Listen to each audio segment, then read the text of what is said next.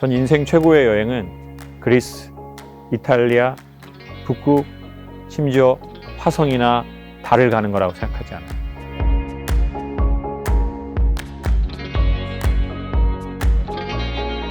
안녕하세요, 김창욱입니다.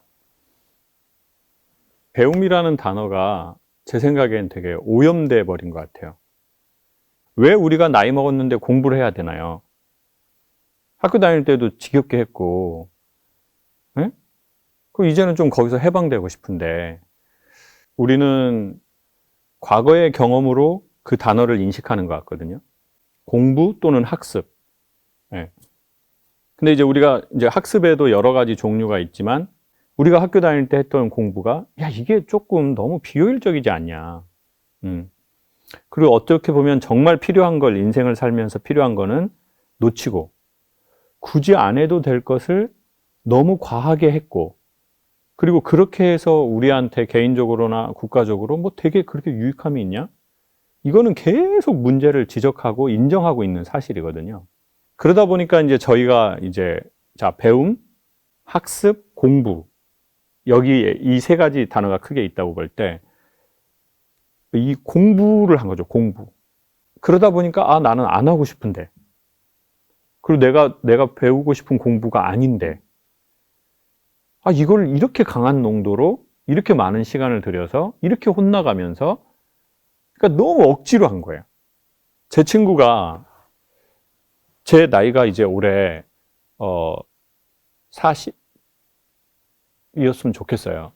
40이었으면 좋겠는데, 저는 이제 50이 됐는데, 제 나이 또래에 김치 안 먹는 사람 별로 없거든요. 되게 좋아해요, 김치를.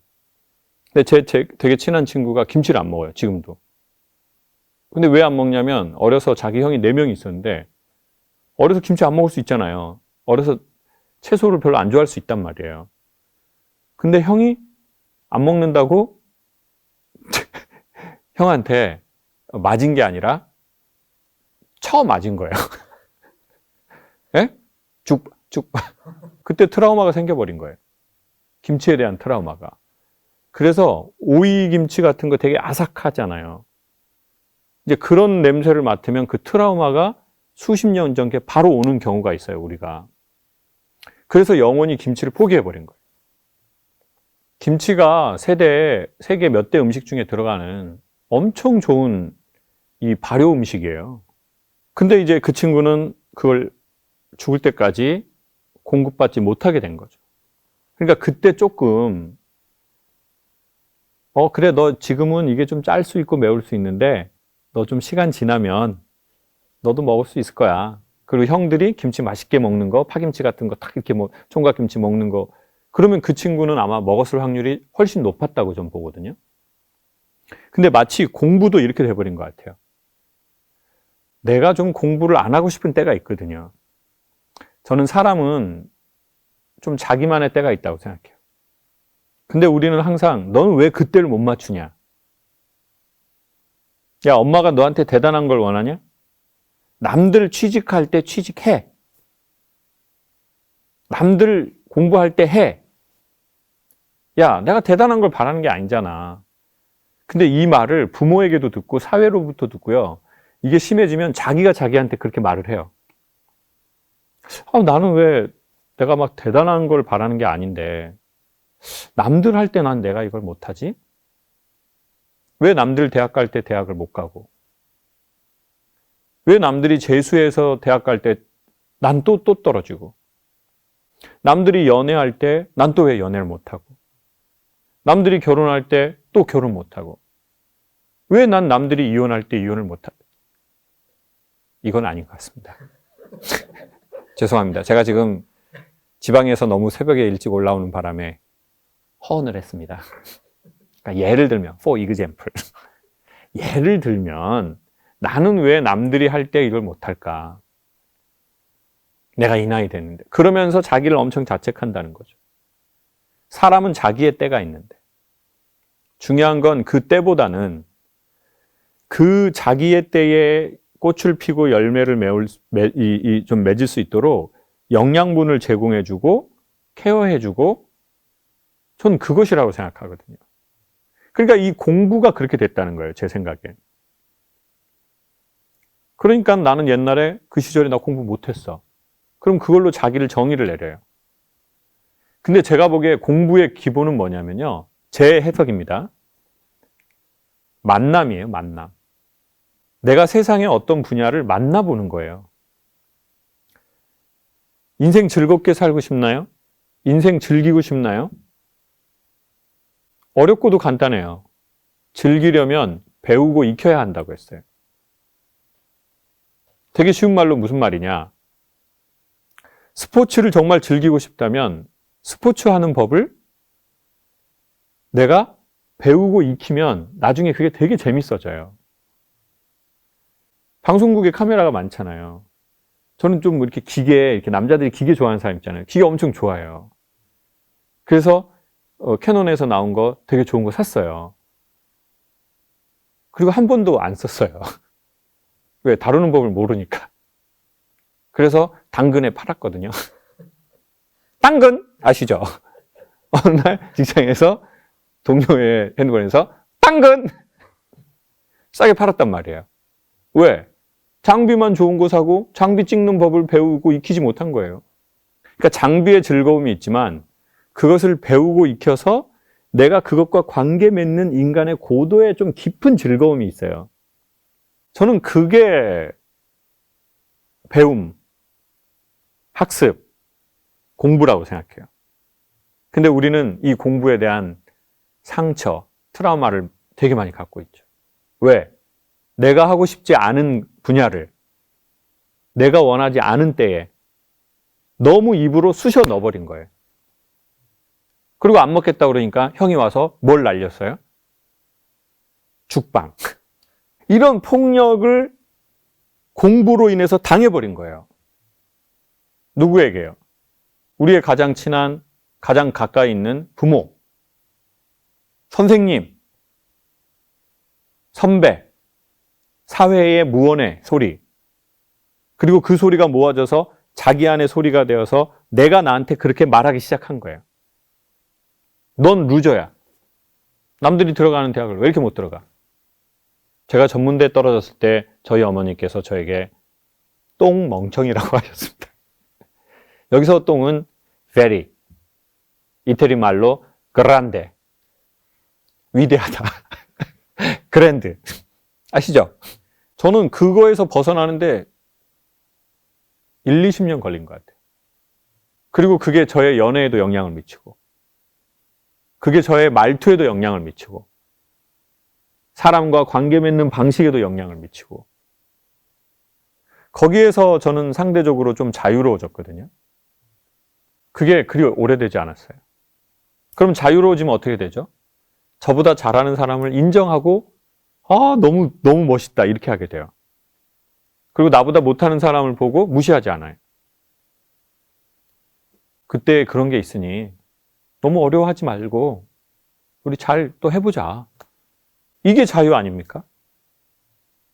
연세대학교 앞에 가면 독수리 밑에 글자가 써져 있다고요. 뭐라고 써져 있어요? 진리를 알지니 진리가 너희를 자유케 하리라. 그것도 전 배움이고 이치를 아는 거라고 생각하거든요. 그럴 때 우리가 자유로워져 버려요. 뭐에서 자유요? 열등감에서 자유, 우월감에서의 자유, 상처에서 자유. 자유로워지면 어떻게 돼요? 아까 말씀드린 대로 나보다 잘하는 사람 보고 좋아해요. 우리가 왜 꽃을 시기 질투합니까? 벚꽃이 있는데 어떻게든 벚꽃을 우리가 깎아내리려고 하나요? 너무 예쁘다. 그리고는 같이 사진 찍잖아요. 근데 우리가 열등감이 많으면 우리는 꽃을 질투해요. 그리고 꽃 보고 화가 나. 그리고 꽃은 이쁜데 나는 왜 이렇지? 이건 너무 손해잖아요. 결국은 그러면 우리는 나보다 잘하는 사람을 인정 못하고 나보다 못하는 사람을 무시하는 게 아닌 것 같더라고요. 내가 뭘 잘하면 인정을 못 해주고 내가 뭘 못하면 내가 나를 무시하는 자기를 발견하게 되는 거죠. 자, 그러면 다시 처음으로 돌아와서 이렇게 설명하고 싶어요. 원래 공부는 만남의 즐거움이었다. 그리고 어울림의 즐거움이었다. 근데 내가 원하지 않는 때에, 내가 원하지 않는 방식으로 너무나 무리하게 우리는 공부와 배움에 대해서 트라우마를 갖게 된 거죠, 대부분. 그게 한국은 전 너무 심한 사회라고 생각해요. 그래서 우리가 이걸 조금씩 이거 바꿔 나가야 됩니다. 그런데 그게 안 되니까 뭐 학교 다닐 때도 공부를 지겹게 했는데 뭘 또 평생 학습을 해라, 나 진짜 그냥 넷플릭스나 보고 싶다. 그러면서 우리는 고급적인 즐거움을 놓치게 되는 게 있거든요. 이 단어가 되게 중요합니다. 고급적 즐거움. 우주에 태양계가 있잖아요. 자, 태양계에는 여러 행성이 있어요. 근데 그 중심에 태양계에는 당연히 태양이 있잖아요. 그러니까 태양을 중심으로 해서 행성들이 돌아요. 순서가 뭐죠? 정말 이렇게 천천히 나올 거예요. 정말. 수금지와 목토, 천, 해. 명왕성 빠졌죠, 최근에. 인생에 있어서 저는 이렇다는 생각이 들어요. 내 태양계에 나는 나예요. 그 다음에 행성들이 있어요. 아빠라는 행성, 자식이라는 행성, 아내라는 행성, 남편이라는 행성, 친구라는 행성. 그게 쫙 이렇게 있죠. 그리고 이것이 나라는 이 태양을 중심으로 쫙 도는 거예요. 그게 되게 아름답고 건강한 이치라고 보거든요. 근데 어느 날 내가 너무 약해져 버린 거예요. 이 태양의 힘이. 아니면 없거나. 그러면 이때부터 혼돈이 오기 시작해요. 나는 없고 내가 누군지 모르겠는데 내 역할만 있는 거예요. 딸로서의 역할. 직장인으로서의 역할. 그리고 이 속도가 너무 빠르잖아요. 어느 날 집에 오면 되게 허탈한 거예요. 이게 뭐지? 그러니까 그 역할을 오히려 잘하는 사람일수록 되게 허해진다는 거예요. 내가 없고. 근데 겉보기에는 되게 역할 잘해. 딸로서도 잘하고, 충직한 직장인의 역할도 잘하고, 남편으로서 역할도 잘하고, 선생님, 사장님, 성직자의 역할도 잘하고. 그러니까 이런 행성 체계는 저는 오래 못 가는 걸 제 자신이나 다른 케이스로 많이 본 것 같아요. 그러면 우리는 돈이 엄청 많은데도 우리의 목숨을 놓을 수 있고, 남들 보기에 되게 유명하고 영향력이 있는 사람인데도 자기의 목숨을 놓거나, 여기에서 목숨을 놓는다는 건 자살만을 의미하는 게 아니에요. 내 삶을 관리하지 않아 버리는 거예요. 그래서 내 삶에 생명력이 좀 없어요. 그리고 자기 역할론에만 충실하는 거예요. 그러다 어느 허무한 거예요. 역할을 열심히 하면 퍼포먼스는 나요. 포지션이 올라갈 수 있어요. 소유가 늘어날 수도 있어요. 사람들에게 칭찬을 받을 수도 있어요. 그리고 너 없으면 우리 조직은 안 된다는 얘기를 들을 수도 있어요. 그런데 왜 우리가 마음이 허하고 우리의 목숨을 스스로 놔버리는 상황까지 오냐고요. 우리가 저는 더 중심적으로 필요하다고 생각해요. 나. 공항에 내리면 말입니다. 약간 대형 매미채 같은 게 있습니다. 보신 적 있나요? 대형 매미채를 색깔 빨간색, 흰색 해가지고 이렇게 쭉 달아놓은 거 있잖아요. 통발처럼. 그게 뭘 보여주는 거죠? 바람의 방향과 바람의 이 세기를 보여주는 거거든요. 그리고 에어컨 앞에도 에어컨을 틀었어요. 근데 어느 만큼 에어컨이 나오는지 모를 때 거기에 리본을 묶어 놓는 가게가 있어요. 그러면 이제 3단으로 틀어놨으면 확 이렇게 하겠죠. 자, 그게 무슨 말이냐? 나답다라는 것은 바람과 같다고 생각해요. 실체가 있는데 보이지가 않아요. 저는 지금 이런 설명을 제가 하면서 놀랍다라는 생각을 합니다. 어떻게 이런 생각을 즉석에서 생각했을까? 자, 그러면 나답다라는 것은 눈에 보이지가 않아요. 근데 실체는 있어요. 바람의 위력이 있거든요. 근데 우리가 그것을 공부하려면 바람을 볼 수 있어야 돼요. 바람의 방향, 바람의 세기. 그래서 우리는 부드러운 천을 달아놓는 거예요. 사람의 내면 세계를 100%는 아니지만 유추할 수 있는 가장 좋은 게 저는 뭐라고 생각하냐면 언어라고 생각하거든요. 근데 이 인간의 언어는 지식도 반영되고요. 그리고 호흡이 들어가요. 쉽게 말하면 언어는 두 가지입니다. 컨텐츠와 호흡이 들어가요. 이 호흡이 뭐냐? 당연히 소리를 쉽게 설명하면 폐에서 바람이 이렇게 호흡이 나와서 성대를 걸쳐서 윗입술, 아랫입술, 치아, 혀끝이 만들어내는 게 사람의 말이거든요. 말소리예요. 근데 이 호흡이 라틴어로 동의어가 뭐냐면 영혼이에요. 자, 그러면 아까 말씀드렸잖아요. 바람을 볼 수 있는 것, 유추할 수 있는 것이 리본을 묶은 선풍기나 에어컨 앞에 그 리본이다. 그러면 스피치를 보잖아요. 그러면 우리는 우리의 바람을 유추하기가 쉬워요. 그래서 우리는 그녀의 말이라고 하지 않아요. 그게 모아져서 그녀라고 말해요. 그의 말, 그의 스피치를 그의 스피치라고 하지 않아요. 그것이 모아지면 그가 되고 그의 이미지가 돼요. 근데 가장 정직한 말은 반복되는 행동이라고 해요, 언어학자들은. 그러니까 입에서 나오는 말만 말이 아니라 반복되는 행동이 영혼의 랭귀지라고 하거든요. 그래서 우리의 스피치 안에는 지식도 담겨 있고 상대방에 대한 태도, 그리고 삶에 대한 자기 철학, 관계 맺는 방식, 그 사람의 성품, 성향, 아주 엄청나게 많은 그 순간적인 그 데이터가 들어가 있죠.